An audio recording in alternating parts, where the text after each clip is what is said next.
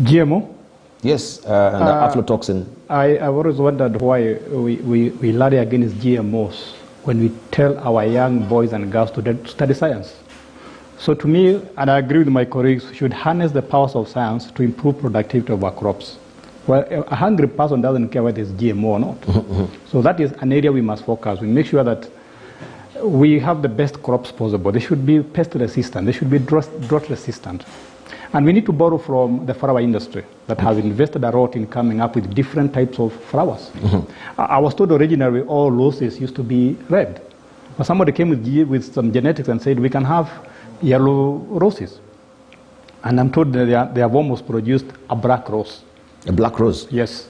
Which I don't, for some reason, it was very difficult to produce. I'm sure Professor Monja can tell us about it. So I think I find it very strange that we can rally against GMO when science is the way to go. When we are sick, we go to hospital. We don't say that these drugs are GMOs and so on. We take the medication. When a vaccine comes, we take it up because it is good for us.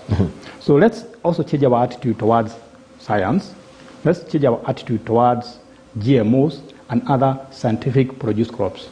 I remember when I was a young boy, Katumani came, one of the most productive types of maize. Yes. And we started planting it, and there was a very big difference in production. I remember seeing that.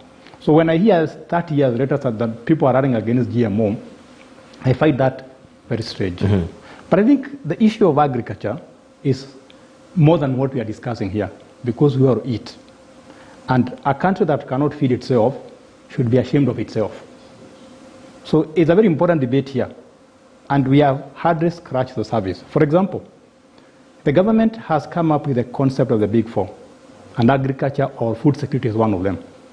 And there's a big difference.